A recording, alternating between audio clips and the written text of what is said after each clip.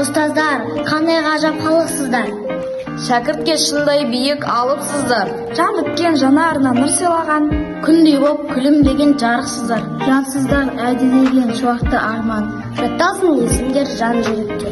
Адамның аяулы әнісі сияқталған. Ұстаз деген жарық күні қаларды. Ұстаз деген анасы ол адамның. Бүкіл әлем ойнайды еңбегін.